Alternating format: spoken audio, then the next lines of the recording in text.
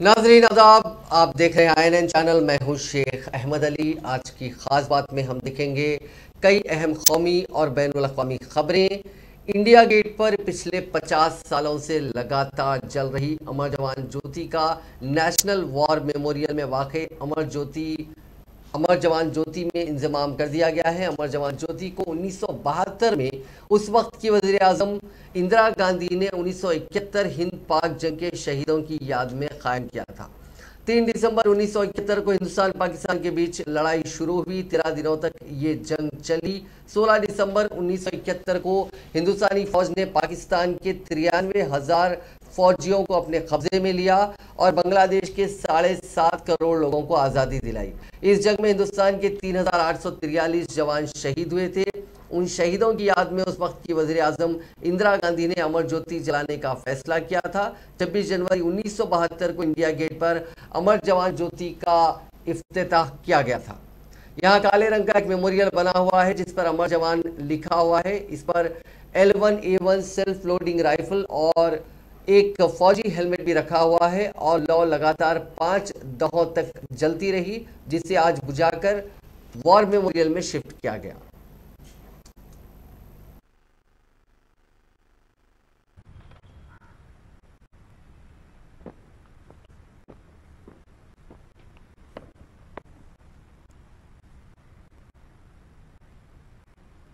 ये ऐतिहासिक क्षण है जिसको देख रहे हैं कि अमर जवान ज्योति से लाई गई मशाल की लौ के जरिए अब इस वक्त शहीद स्मारक पर, राष्ट्रीय युद्ध स्मारक की लौ को प्रज्वलित किया जा रहा है और इसमें अमर जवान ज्योति की लौ समाहित है।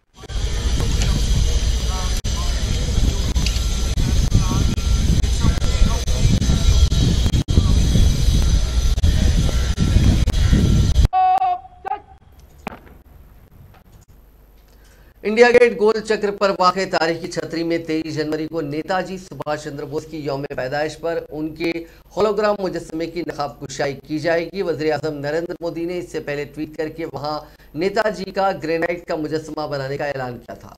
मोदी ने अपने ट्वीट में लिखा कि ऐसे मौके पर जब पूरी कौम नेताजी की 125वीं यौम पैदाइश मना रही है, तब मुझे ये बताते हुए बहुत खुशी हो रही है कि इंडिया गेट पर ग्रेनाइट से बना हुआ उनका अज़ीमुश्शान मुजस्समा नस्ब किया जाएगा। ये उनके तय हिंदुस्तान की शुक्रगुजारी की अलामत होगी। ट्विटर पर ऐलान करते हुए मोदी ने कहा कि ये होलोग्राम मुजस्समा उस वक्त तक मौजूद रहेगा जब तक वहां नेताजी का अज़ीमुश्शान मुजस्समा नस्ब नहीं हो जाता। इस सिलसिले में वज़ीर आज़म ने एक और ट्वीट में लिखा कि जब तक नेताजी का अज़ीम मुजस्समा मुकम्मिल नहीं होता, उनका एक होलोग्राम मुजस्समा उसी जगह पर रहेगा। मैं उस होलोग्राम मुजस्समे की नकाब कुशाई 23 जनवरी को नेताजी की यौम पैदाइश पर करूंगा।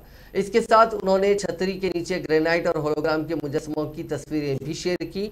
सरकारी इत्तला के मुताबिक इंडिया गेट पर नस्ब किया जाने वाला मुजस्समा 28 फीट का होगा। दिल्ली में इंडिया गेट पर नस्ब की गई अमर ज्योति की मशाल को हमेशा के लिए बुझाने के बाद बुझा दिया गया। हुकूमत ने दलील दी कि इस मशाल की देखभाल करना मुश्किल हो रहा है, लिहाजा उसे नेशनल वॉर मेमोरियल पर रोशन किया गया। कांग्रेस के साबिक सदर राहुल गांधी ने इस पर एतराज जाहिर किया। राहुल गांधी ने कहा कि कुछ लोग हुबुल वतनी और कुर्बानी नहीं समझ सकते। अमर जवान ज्योति एक बार फिर जलाई जाएगी। वज़ीर आज़म नरेंद्र मोदी ने जुमे के रोज गुजरात में सोमनाथ मंदिर के पास बने नए सर्किट हाउस का वीडियो कॉन्फ्रेंसिंग के जरिए इफ्तिताह अंजाम दिया। इस भवन में 30 करोड़ रुपए की रकम से ये सर्किट हाउस तैयार किया गया है। इस सर्किट हाउस को मॉडर्न फैसिलिटी से लैस किया गया है। यहाँ VIP और डिलक्स कमरे भी मुहैया होंगे। वहीं कॉन्फ्रेंस और ऑडिटोरियम हॉल भी यहाँ पे बनाया गया है।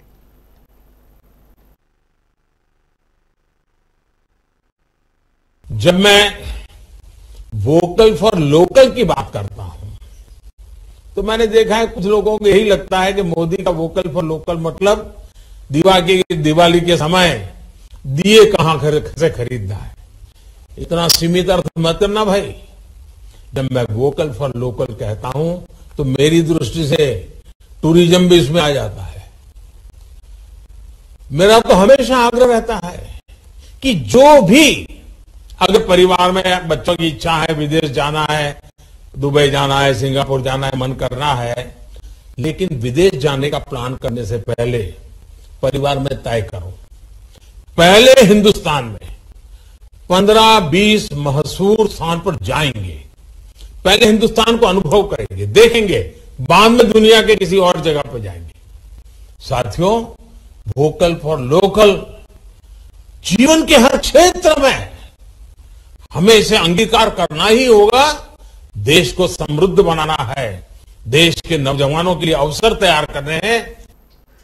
त्रिपुरा में बीजेपी आईपीएफटी हुकूमत को पिछले 4 सालों में किए गए तरक्याती इकदाम के लिए मुबारकबाद देते हुए मरकजी वजीर दाखिला अमित शाह ने दोहराया कि मरकजी हुकूमत रियासत को शुमाल मशरिक का गेटवे और बिजनेस कॉरिडोर बनाने के लिए काम कर रही है। जुम्मे को रियासत त्रिपुरा की गोल्डन जुबली तकरीबात में शिरकत करते हुए अमित शाह ने कहा कि विप्लव कुमार देव हुकूमत के तहत ये रियासत मुल्क की बेहतरीन कारकर्दगी दिखाने वाली रियासतों में से एक बन गई है। कोविड की वबा के बावजूद त्रिपुरा की फीकस आमदनी 1,25,000 रुपये से बढ़कर 1,30,000 रुपये हो गई है और खलील अरसे में किसानों की आमदनी और ज़राई पैदावार दुगनी हो गई है।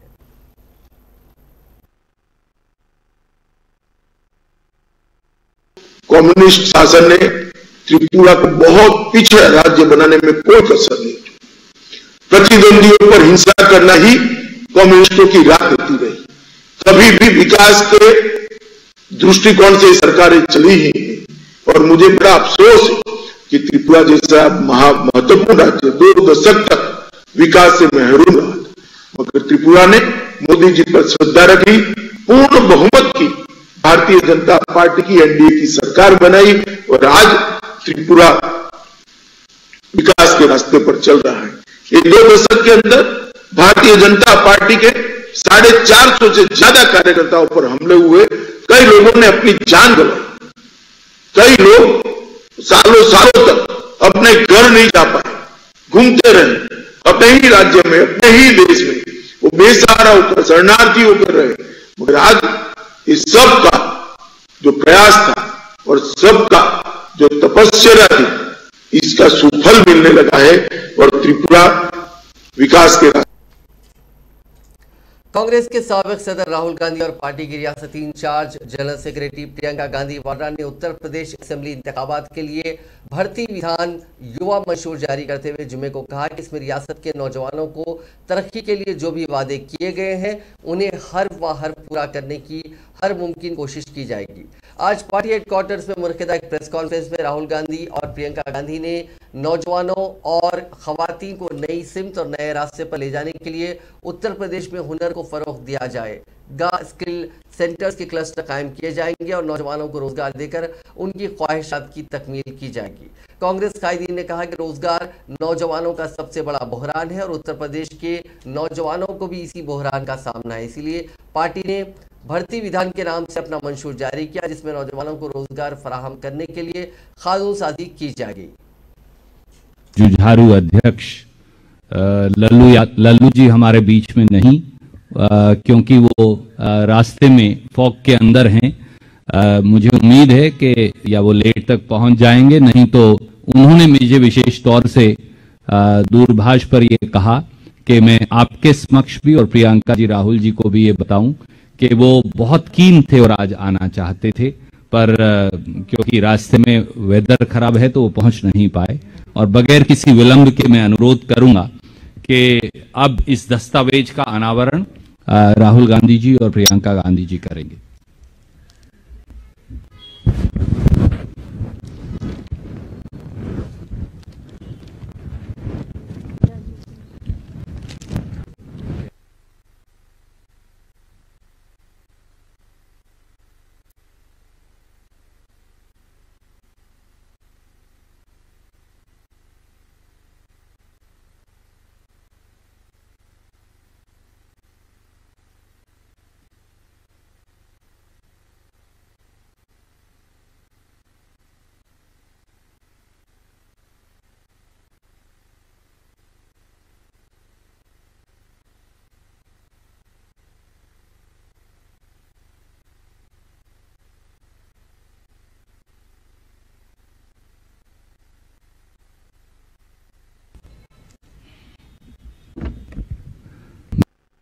हिंदुस्तान की सबसे बड़ी स्ट्रेंथ है हमारे युवा, जिसको डेमोग्राफिक डिविडेंड कहते हैं। पूरी दुनिया में लोग कहते हैं कि देखिए हिंदुस्तान के पास डेमोग्राफिक डिविडेंड है, उसको नरेंद्र मोदी जी बीजेपी ने डेमोग्राफिक डिजास्टर में कन्वर्ट कर दिया है। हिंदुस्तान को एक नए दृष्टिकोण की, एक नए विजन की जरूरत है। हिंदुस्तान को विजन कांग्रेस पार्टी ही दे सकती है, छोटी छोटी पार्टियां नहीं दे सकती हैं। और बीजेपी का जो विजन है वो देश का विजन नहीं है, वो पूरे देश को दिख रहा है। अगर आप कहें कि भाई हम आपको विजन देना चाहते हैं और फिर आपने 40 साल में सबसे ज्यादा बेरोजगारी पैदा कर दी, तो देश का विजन नहीं हो सकता है। तो हम इस बात को एक्सेप्ट करते हैं कि हिंदुस्तान को एक नए दृष्टिकोण, एक नए विजन की जरूरत है और शुरुआत उत्तर प्रदेश से होती है। और अगर उत्तर प्रदेश को एक नया विजन नहीं दिया गया तो हिंदुस्तान को एक नया विजन नहीं दिया जा सकता है। इसीलिए हमने पूरी कोशिश की है कि हम उत्तर प्रदेश के युवाओं को एक नया रास्ता। हमारी विचारधारा अलग है और हमारी विचारधारा ये है कि हमें प्रगति के लिए, हमें भविष्य के लिए, हमें जनता को मजबूत बनाने के लिए क्या काम करना है, इसकी बात करें। तो हम इस ध्रुवीकरण में शामिल नहीं हैं। अगर किसी ने कोई बयान दे दिया तो वो कांग्रेस पार्टी में है नहीं, अब वो जो मर्जी वो बयान देना चाहे वो देंगे, उसकी हम जिम्मेदारी हम नहीं ले सकते। लेकिन जहां तक चुनाव की बात है, जो आप कह रहे हैं कि जाति के आधार पर, संप्रदाय के आधार पर ध्रुवीकरण, मैं समझती हूँ कि इस देश के लिए बहुत ही ज्यादा जरूरी है कि जनता जागरूक बनना शुरू करे हो। और जनता को समझना पड़ेगा कि जब तक वो जवाबदेही नहीं मांगेंगे, जब तक वो ये नहीं कहेंगे कि हमें ये राजनीति नहीं चाहिए, हमें अपने विकास की राजनीति चाहिए, हम जानना चाहते हैं कि आप हमारे यहाँ नल क्यों नहीं लगा रहे हैं, हमारे मोहल्ले में सड़क क्यों नहीं है, हमारे गांव में पाठशाला क्यों नहीं चल रहा है, हमारे बच्चों को रोजगार क्यों नहीं मिल रहा है, हमारी सेहत की क्या सुविधाएं हैं, जब तक आप जवाबदेही नहीं। समाजवादी पार्टी खानदान की बहू अपर्णा यादव ने जुमे के रोज लखनऊ में अपने ससुर मुलायम सिंह यादव से घर जाकर मुलाकात की। उन्होंने सोशल मीडिया पर इसकी फोटो शेयर की। उन्होंने लिखा कि भारतीय जनता पार्टी की रुकनियत लेने के बाद लखनऊ आने पर पिताजी यानी नेताजी से आशीर्वाद लिया। वो 19 जनवरी को बीजेपी में शामिल हुई थी। सुप्रीम कोर्ट ने बेटियों का इख्तियार और बढ़ा दिया है। इसने कहा है कि अगर वालिद की मौत हो जाती है और वसीयत नहीं भी बनी है तो भी चचेरे भाइयों के मुकाबले में लड़कियों को ज्यादा जायदाद मिलेगी। सुप्रीम कोर्ट के जस्टिस एस अब्दुल नजीर और कृष्ण मुरारी की बेंच ने एक मामले की सुनवाई की थी। बेंच ने कहा कि बिना वसीयत के अगर किसी शख्स की मौत हो जाती है तो उसकी मौत के बाद जायदाद चाहे उसने खुद बनाई हो या फिर पुश्तैनी हो, दोनों मामलों में कानूनी वारिसों के बीच बंटवारा होगा। कोर्ट ने कहा कि ऐसे मर्द हिंदू की बेटी अपने दीगर रिश्तेदारों जैसे मरने वाले वालिद के भाइयों के बेटे या बेटियों के साथ वसीयतों में जायदाद की वारिस होने की हकदार होगी। इसका मतलब ये हुआ कि अगर जॉइंट फैमिली में भी इस फैसले को लागू किया जा सकेगा। कोर्ट ने यह भी वाज़ेह कर दिया है कि ये इंतज़ाम हिंदू सक्सेशन राइट्स के पहले के मामलों पर भी लागू होगा। सुप्रीम कोर्ट में मामला तमिलनाडु से आया था। ये मैटर पहले मद्रास हाई कोर्ट में गया था, वहां जायदाद पर भाई के बेटों को इख्तियार दे दिया गया था। इसके बाद जब सुप्रीम कोर्ट में ये केस आया तो उसने हाई कोर्ट के फैसले को खारिज कर दिया। इसी के साथ अपने 51 पेज के ऑर्डर पर सुप्रीम कोर्ट ने यह भी कहा कि वालिद की जायदाद पर बेटी का इख्तियार सगे भाइयों से भी ज्यादा होगा। T20 वर्ल्ड कप 2022 में हिंदुस्तान अपनी मुहिम की शुरुआत पाकिस्तान के खिलाफ ही करेगा। पिछले साल यूएई और ओमान में खेले गए T20 वर्ल्ड कप में भी हिंदुस्तान ने पहला मैच पाकिस्तान के खिलाफ ही खेला था, जिसमें पहली बार पाकिस्तान ने किसी वर्ल्ड कप मुकाबले में हिंदुस्तान को शिकस्त दी थी। इस बार T20 वर्ल्ड कप का इनकाद ऑस्ट्रेलिया में होना है। आईसीसी ने जुमे के रोज T20 वर्ल्ड कप 2022 के प्रोग्राम का ऐलान कर दिया। इस शेड्यूल के मुताबिक हिंदुस्तान अपना पहला मुकाबला पाकिस्तान के खिलाफ 23 अक्टूबर को मेलबॉर्न क्रिकेट ग्राउंड में खेलेगा। T20 वर्ल्ड कप का आगाज 16 अक्टूबर से होगा, जबकि फाइनल 13 नवंबर को मेलबॉर्न में खेला जाएगा। टूर्नामेंट में जुमला 45 मुकाबले 7 अलग अलग शहरों Adelaide, Brisbane, जिलोंग, Hobart, Melbourne, Perth और सिडनी में होंगे। 2014 का चैंपियन श्रीलंका 16 अक्टूबर को टूर्नामेंट का ओपनिंग मैच नामीबिया के खिलाफ खेलेगा। वहीं वर्ल्ड कप का पहला सेमीफाइनल सिडनी में 9 नवंबर और दूसरा 10 नवंबर को एडिलेड ओवल में खेला जाएगा। ये पहला मौका होगा जब एडिलेड ओवल में वर्ल्ड कप का सेमीफाइनल मुकाबला होगा। फाइनल 13 नवंबर को मेलबॉर्न क्रिकेट ग्राउंड में होगा। यह मुकाबला फ्लड लाइट्स में खेला जाएगा। पिछला T20 वर्ल्ड कप 2021 में हिंदुस्तान की मेजबानी यूएई और ओमान में हुआ था। इस वर्ल्ड कप को ऑस्ट्रेलिया ने जीता था। उसने फाइनल में न्यूजीलैंड को हराया था। ज़राए ख़वानीन के खिलाफ कानून को मनसूख हुए महीने भर से ज्यादा का वक्त हो गया, लेकिन अभी भी किसान हुकूमत के खिलाफ आवाज उठाने की तैयारी में मसरूफ है। इस दरमियान लखीमपुर खीरी मामले पर किसान कायदी ने आज लखीमपुर खीरी तशद्दुद से मुतासिर लोगों से मुलाकात की। दरअसल इससे कबल हुकूमत और किसानों के दरमियान ज़राए ख़वानीन के अलावा कुछ दीगर मुतालबात पर भी समझौता हुआ था। हालांकि गुज़िश्ता 15 जनवरी को हुई किसानों की मीटिंग में किसानों ने ऐलान किया था कि किसान मुतासरीन और अफसरान से इस वाक़े पर मुलाकात करेंगे। किसान MSP और मरकजी वज़ीर ममलिकत बराए दाखिला अजय मिश्रा टेनी के इशू पर हुकूमत से खफा चल रहे हैं। यही वजह है कि किसान कायद राकेश टिकैत और दीगर किसान आज लखीमपुर खीरी पहुंचे हैं।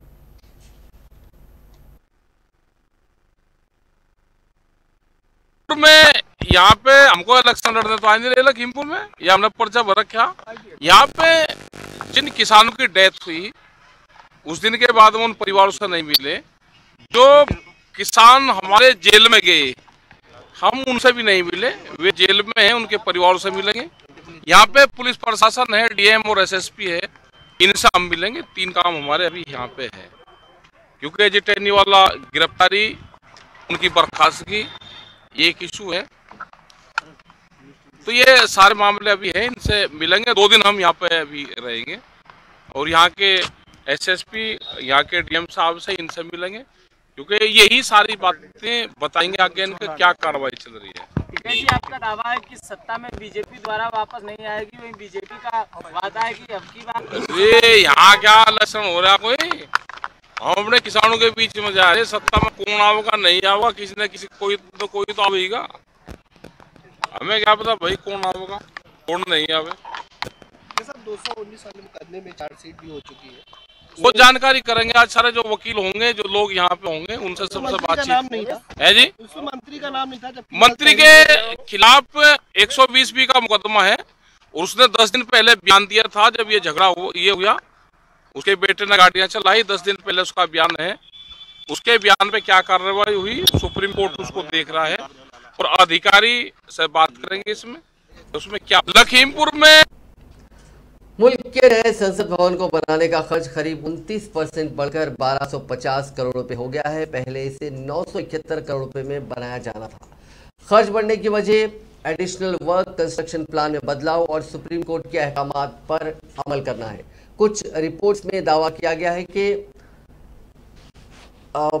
सेंट्रल पब्लिक वर्क्स डिपार्टमेंट ने अमेंडमेंट कई चीज़ों में लेके आया है। उसकी वजह से लोकसभा सेक्रेटेरिएट से इन कामों की मंजूरी ज़रूरी होगी। CPW ने हाल ही में 5 रुकनी पैनल को प्रोजेक्ट की कॉस्ट डिटेल्स और वर्क इन प्रोग्रेस डिटेल्स पेश की थी। इस पैनल को हुकूमत ने mega central Vista redevelopment project के तहत सभी कामों की निगरानी के लिए तश्कील दिया था।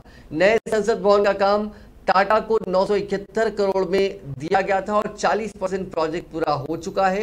हुकूमत ने इस प्रोजेक्ट के पूरा होने की डेडलाइन अक्टूबर 2022 रखी है। हुकूमत चाहती है कि नए भवन में एक विंटर सेशन वहां मुनक्किद किया जा सके। एडिशनल वर्क और कंस्ट्रक्शन प्लान में बदलाव के बाद भी प्रोजेक्ट के पूरे होने की डेडलाइन में कोई बदलाव नहीं किया गया। मुजवजा 4 मंजिला इमारत 13 एकड़ पर बन रही है। यह राष्ट्रपति भवन से कुछ ही दूरी पर है। पहले इस प्रोजेक्ट के 75वें यौम आज़ादी से पहले खत्म होने की उम्मीद थी, बाद में इसका डेडलाइन बढ़ाया गया। अब ये इस साल अक्टूबर तक इसे खत्म होना है। सेंट्रल विस्टा रीडेवलपमेंट प्रोजेक्ट के तहत एक नया ट्रायंगुलर संसद भवन, prime ministers residence, prime minister's office, vice president office, इसके अलावा एक कॉमन सेक्रेटेरिएट बनाने के साथ ही राष्ट्रपति भवन से इंडिया गेट तक एक कॉरिडोर को नए सिरे से संवारा जा रहा है। मौजूदा संसद भवन को 95 साल पहले 1927 में बनाया गया था। मार्च 2020 में हुकूमत ने पार्लियामेंट को बताया था कि पुरानी बिल्डिंग ओवर यूटिलाइज्ड हो चुकी है और खराब हो रही है, इसीलिए एक नए पार्लियामेंट हाउस यानी नए संसद भवन को बनाया जा रहा है। अब बात कोरोना वायरस की। पिछले 24 घंटों में दुनिया भर में कोरोना के 39,84,600 नए मामले दर्ज हुए। ये एक नया रिकॉर्ड है नए मामलों का। इसके अलावा पिछले 24 घंटों में दुनिया भर में 9,767 अफराद इस मोजी वायरस की वजह से अपनी जान गंवा चुके हैं। इस इजाफे के बाद दुनिया भर में कोरोना से मुतासरीन का मजमूई आंकड़ा 34,38,83,914 हो गया, जबकि अमवात की तादाद बढ़कर 55,95,610 हो गई है। अब तक 27,52,00,000 से ज्यादा लोगों ने इस मोजी वायरस को मात दी है, लेकिन अब भी दुनिया भर में 6,30,79,696 अफराद का इलाज चल रहा है। नए मुतासरीन के मामले में अमेरिका 7,27,000 केसेस के साथ टॉप पर है, जबकि 4,36,000 नए मामलों के साथ फ्रांस दूसरे नंबर पर है। वहीं 3,44,000 नए मामलों के साथ हिंदुस्तान तीसरे नंबर पर है। अमेरिका में 2,485 नई अफवाह दर्ज की गई हैं, वहीं हिंदुस्तान में 698 लोगों की मौत हुई है। एक्टिव केसेस के मामले में भी अमेरिका टॉप पर है। हिंदुस्तान में पिछले 24 घंटों में 3,47,254 नए कोरोना मुतासरीन मिले हैं। इस दौरान 2,51,000 लोग ठीक भी हुए हैं, जबकि 701 लोगों की मौत हुई है। वहीं पिछले दिन के मुकाबले नए मुतासरीन में 29,722 की बढ़ोतरी देखने को मिली है। इससे एक दिन पहले चारशंबे के रोज 3,17,000 लोग मुतासिर हुए थे और 491 लोगों की मौत हुई थी। मुल्क में पिछले 4 दिनों से रोजाना होने वाली अमवात की तादाद लगातार बढ़ रही है। 17 जनवरी को मुल्क में 310 मौतें हुई थी, वहीं 4 दिन बाद यानी जुमेरात को ये तादाद दोगुने से भी ज्यादा यानी 701 हो गई। यह अमवात तीसरे लहर में सबसे ज्यादा है। सबसे ज्यादा अमवात दिल्ली में 43, तमिलनाडु में 39, वेस्ट बंगाल में 37, महाराष्ट्र में 37 हुई है। अमवात का आंकड़ा 8 महीने बाद 700 के पार पहुंचा है। दूसरी लहर में केसेस घटने के दौरान 11 मई को 724 अमवात दर्ज की गई थी। फिलहाल मुल्क में 20,12,000 एक्टिव केसेस हैं। तीसरी लहर में एक्टिव केसेस पहली बार 20 लाख के पार पहुंचे हैं। टोटल एक्टिव केसेस ने 31 दिसंबर को 1 लाख और 8 जनवरी को 5 लाख का आंकड़ा छुआ था। इस लिहाज से महज 21 दिन में टोटल एक्टिव केसेस 20 गुना बढ़ गए हैं। मरकजी हुकूमत ने कहा कि कोरोना वायरस के इन्फेक्शन की शिद्दत कितनी ही क्यों ना हो, 18 साल से कम उम्र के बच्चों के लिए एंटीवायरल या मोनोक्लोनल एंटीबॉडीज के इस्तेमाल की सिफारिश नहीं की गई है। और अगर स्टीरॉइड्स का इस्तेमाल किया जाता है तो तिब्बी तौर पर 10 से 14 दिनों में कम इसकी खुराक को किया जाना चाहिए। वजारत सेहत ने बच्चों और नौमरों यानी 18 साल से कम उम्र के हवाले से कोरोना के इंतजाम के लिए तरमीम शुदा जामे गाइडलाइंस के जरिए ये भी कहा कि 5 साल या उससे कम उम्र के बच्चों के लिए मास्क की सिफारिश नहीं की जाती। इसमें कहा गया कि 6 से 11 साल की उम्र के बच्चे वालिदैन की बराह रास्त निगरानी में महफूज और मुनासिब तरीके से मास्क का इस्तेमाल कर सकते हैं। वजारत ने कहा कि 12 साल या उससे ज़्यादा उम्र के अफराद को बालिगों की तरह मास्क पहनना चाहिए। माहिरीन के ग्रुप की तरफ से इन गाइडलाइंस का जायजा बिलखुसूस ओमिक्रॉन वेरिएंट की वजह से इन्फेक्शन के केसेस में हालिया इजाफे के पेश नज़र किया गया। ताहम वबाई मर्ज की लहर की वजह से मुहतात निगरानी की जरूरत है। गाइडलाइंस में इन्फेक्शन के मामलात को गैर अलामती, हल्के, दरमियाने और शदीद के तौर पर दर्जा बंद किया गया। वजारत ने कहा कि गैर अलामती और हल्के मामलात में इलाज के लिए एंटी माइक्रोबाइल्स या प्रोफिलैक्सिस तजवीज़ नहीं की जाती है। गाइडलाइंस में कहा गया कि स्टेरॉइड्स का इस्तेमाल सही वक्त पर, सही खुराक और सही मुद्दत के लिए किया जाना चाहिए। वजारत ने कहा कि इन गाइडलाइंस का मजीद जायजा लिया जाएगा और नए शवाहिद की दस्तयाबी पर अपडेट किया जाएगा। लेफ्टिनेंट गवर्नर अनिल बैजल ने दिल्ली की अरविंद केजरीवाल हुकूमत की उस तजवीज़ को नामंजूर कर दिया जिसमें उन्होंने वीकेंड कर्फ्यू को ख़त्म करने की बात कही थी। इसके अलावा बाजार भी ताको जुफ्त यानी ऑड एंड इवन की बुनियाद पर ही खुलेंगे। दिल्ली हुकूमत ने कोरोना के मामले कम होने पर इन पाबंदियों को हटाने की तजवीज़ पेश की थी। ताहम लेफ्टिनेंट गवर्नर ने केजरीवाल हुकूमत की उस तजवीज़ को कबूल कर लिया जिसमें निजी दफातर 50% अमले के साथ दोबारा खोलने की सिफारिश की गई थी। ख्याल है कि दिल्ली में कोरोना के केसेस बढ़ने की वजह से कई पाबंदियां आयद की गई थी और इसमें वीकेंड कर्फ्यू और दुकानों को ताकुजुफत की बुनियाद पर खोलने का उसूल भी शामिल है। इसके अलावा निजी दफातर को मुकम्मल तौर पर बंद कर वर्क फ्रॉम होम नाफिज किया गया था। दुकानों के लिए लगाए गए ऑड इवन के निज़ाम के खिलाफ मुतअद्दिद दुकानदार एहतजाज कर रहे हैं। उनका कहना है कि इससे उनका कारोबार मुतासिर हो रहा है। फिलहाल दिल्ली में कोरोना के केसेस की तादाद में कमी वाक़ई हुई है, लेकिन मुल्क में केसेस मुसलसिल बढ़ रहे हैं। हिंदुस्तान में गुज़िश्ता 24 घंटों के दौरान कोरोना वायरस के 3,47,000 से ज्यादा नए केसेस रिपोर्ट हुए थे।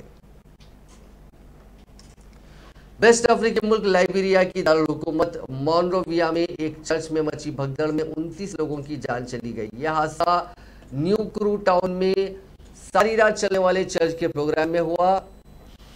वहां के एक वजीर ने बताया कि कई लोग जख्मी हुए हैं और उनकी हालत तशवीशनाक है। इस प्रोग्राम में हिस्सा लेने वाले एक शहरी ने बताया कि कुछ हथियारबंद लोगों ने भीड़ में घुसकर लूटपाट करनी शुरू कर दी, जिसके बाद लोगों ने जान बचाने के लिए भागना शुरू कर दिया। इसमें कुछ लोग गिर पड़े और भीड़ उन्हें रौंदते हुए निकल गई।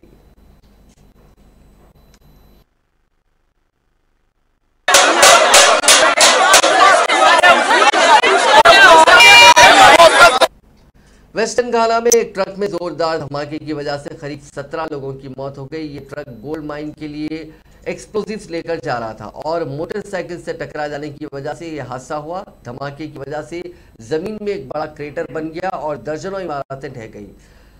मरने वालों की सही तादाद का सरकारी तौर पर कोई खुलासा नहीं किया गया, लेकिन प्रेस्टी हुनी वैली म्यूनसिपल गवर्नमेंट के हेड इसहाक दसमानी ने मकामी मीडिया को बताया कि अहदेदारों ने अब तक 17 लाशों की गिनती की है। 60 से ज्यादा जख्मियों को मकामी अस्पतालों में ले जाया गया है। यह धमाका घाना के मशरकी इलाके में बोगोसो और बावड़ी के बीच अपिएट में हुआ है।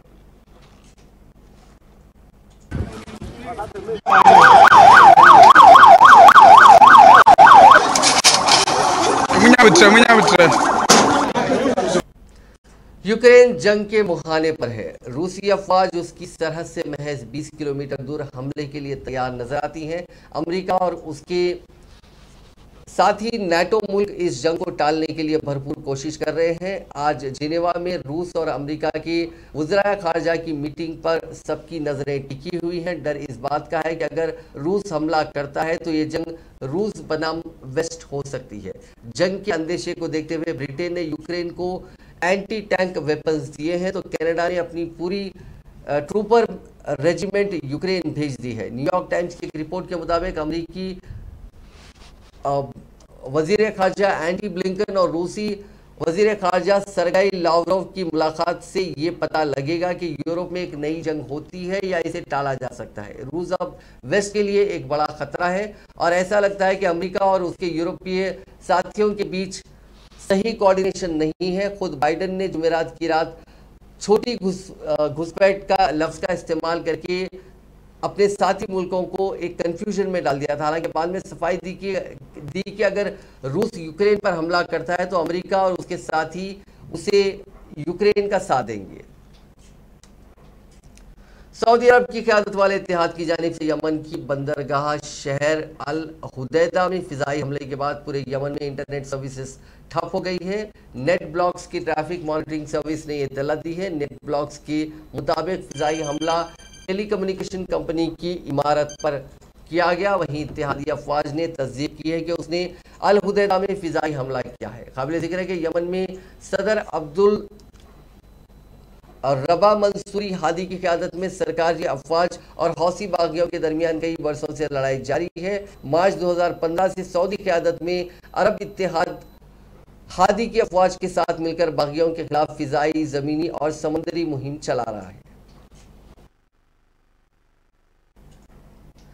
नाजरीन, आज की खास बात में बस इतना ही। आपसे कल मुलाकात होगी नई खबरों के साथ, नए एनालिसिस के साथ। फिलहाल दीजिए इजाजत। खुदा हाफिज।